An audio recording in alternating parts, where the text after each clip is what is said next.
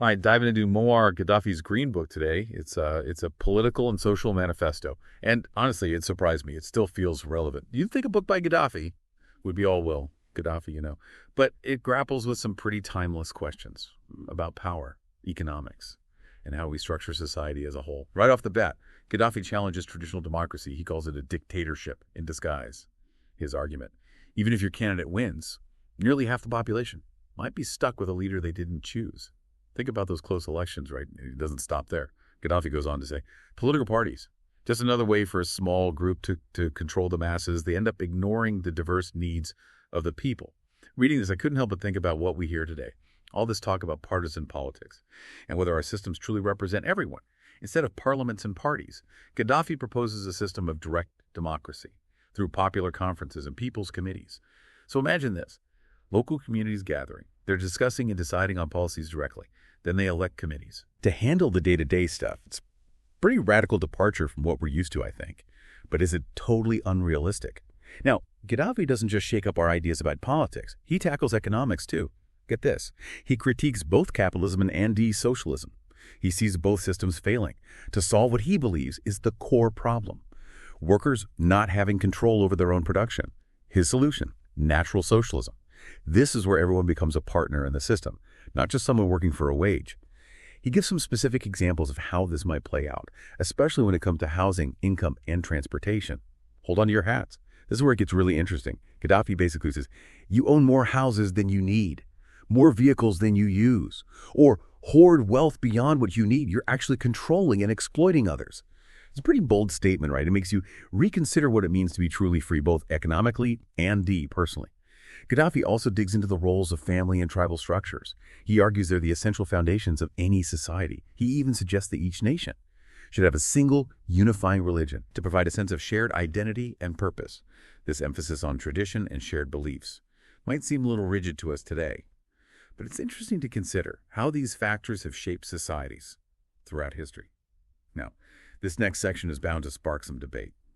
Gaddafi's views on women and work are, shall we say, provocative. He acknowledges biological differences between men and women, but he argues that modern society forces women into roles that go against their nature. He's especially concerned with how modern life pulls women away from motherhood and family. He sees this as a detriment to both women and society as a whole. But he doesn't stop there. He criticizes the East for treating women as commodities, and the West for failing to recognize their femininity. It's a complex argument, multifaceted. Raises a lot of questions about gender roles, societal expectations, and individual freedoms. What do you think? Gaddafi doesn't just analyze the present, he makes some bold predictions about the future too. One that really jumps out is what he calls the Black Century. He predicts a global rise in the power and influence of Black people, driven by their desire for vindication from historical injustices. He believes this rise will be fueled in part by demographic trends. He points out that in many parts of the world, Black populations are growing rapidly.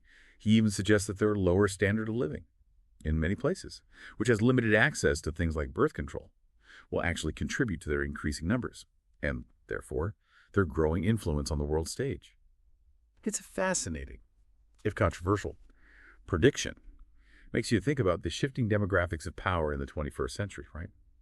Okay, let's move on to education. You might be surprised to hear that Gaddafi is super critical of standardized, state-controlled education. He sees it as another form of dictatorship, one that crushes free choice, creativity, and the natural brilliance of individuals. Instead of rigid curriculums and standardized tests, Gaddafi calls for a universal cultural revolution to liberate learning. He wants people to have the freedom to explore their own interests, develop their unique talents, without being forced into a one-size-fits-all system. Think about your own educational experiences for a second. Did you ever feel like the system was holding you back or forcing you into a box? Gaddafi's critique of education might resonate with you on a personal level, even if you don't agree with all of his proposed solutions. Gaddafi also dives into the challenges of cross-cultural understanding, highlighting just how deeply rooted our differences are. It's not just about language barriers. It's about customs, traditions, even how we react to colors. He argues that simply learning another language isn't enough to truly bridge the gap between cultures. Our inherited ways of thinking and feeling run so deep that it takes more than just words to truly understand each other. Think about a time you've interacted with someone from a completely different culture. Did you find yourself misinterpreting their actions or intentions. Because of these deeper cultural differences, Gaddafi's observations might shed some light on those experiences.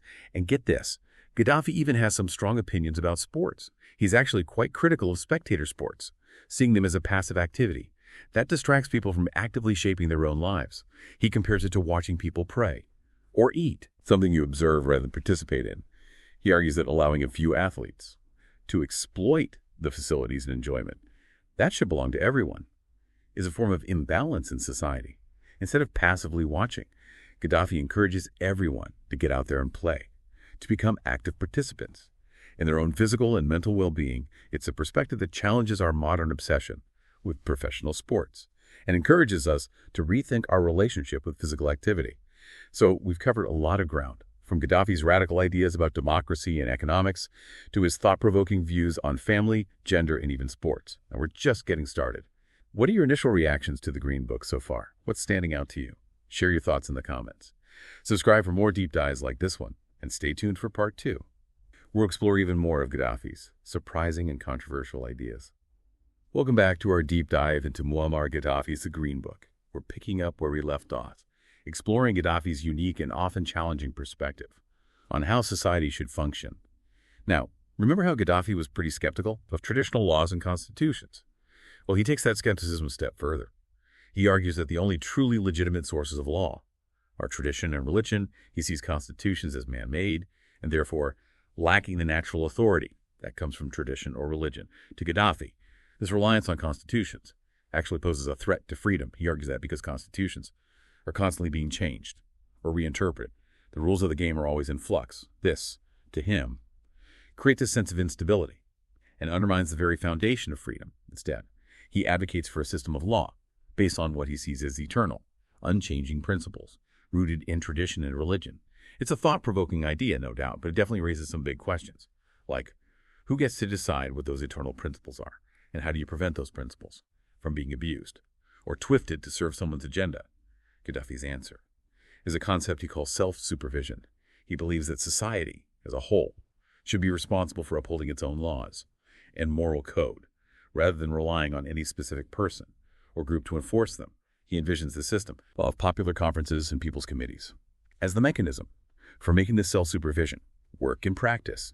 Now, whether or not you agree with his approach, it's fascinating to consider the implications of a society that operates on this kind of self-governance. Could it really work? Would it lead to more freedom and justice? Or would it create chaos and instability? Gaddafi also turns his attention to the press, and his views are just as unconventional as you might expect. He doesn't believe private individuals or corporations should be allowed to own media outlets. Instead, he argues that a truly democratic press should be run by a committee representing all different groups within society. His idea is this would ensure that the press truly reflects the diverse viewpoints and interests of the whole population. It's definitely a radical departure from how media operates in those parts of the world today. Gaddafi's vision forces us to consider the question, who controls the information we consume? And how does that shape our understanding of the world?